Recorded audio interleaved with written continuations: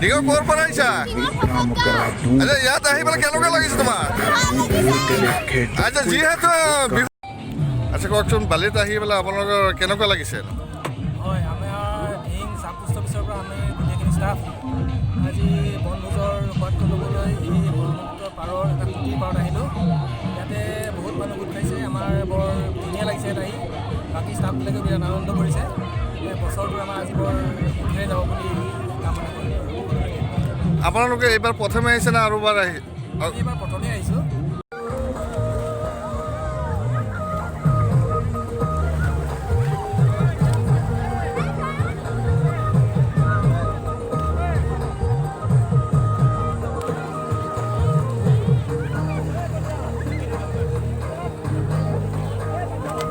বাইদেউহঁত ক'ৰ পৰা আহিলে?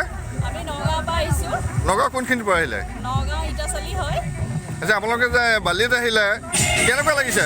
বহুত ভাল লাগিছে, পুৰা এনজয়, বহুত এনজয়।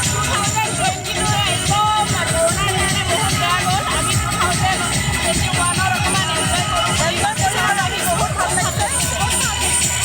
যিহেতু বিহুৰ বতৰত এফাকি বিহু গাই শুনাব নেকি ৰাইজক?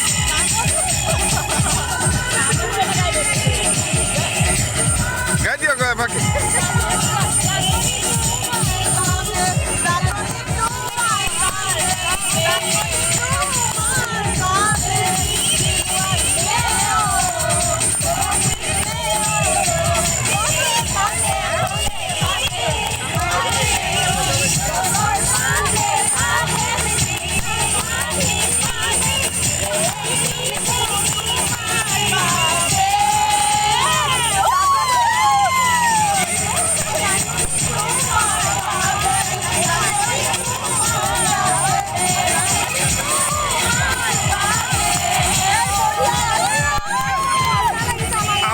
আপোনালোকে অসমবাসীক কি বাৰ্তা দিব বিচাৰে?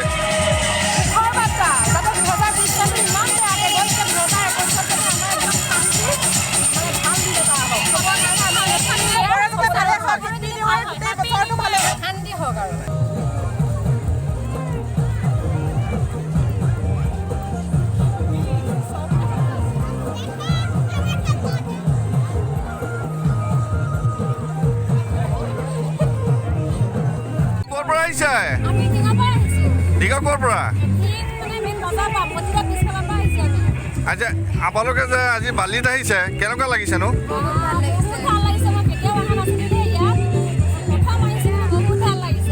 আপোনালোকে প্ৰথমবাৰ আহিছে নে আৰু আহিছিলে? প্ৰথমবাৰ আহি পেলাই কেনেকুৱা পাইছেনো?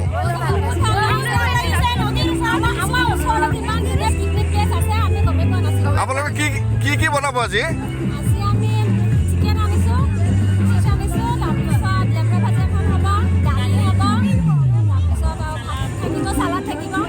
যিহেতু বিহুৰ বতৰ আৰু কেইটামান দুদিনমান আছে বিহু, আপোনালোকে অসমবাসীক বিহুৰ কি বাৰ্তা দিব?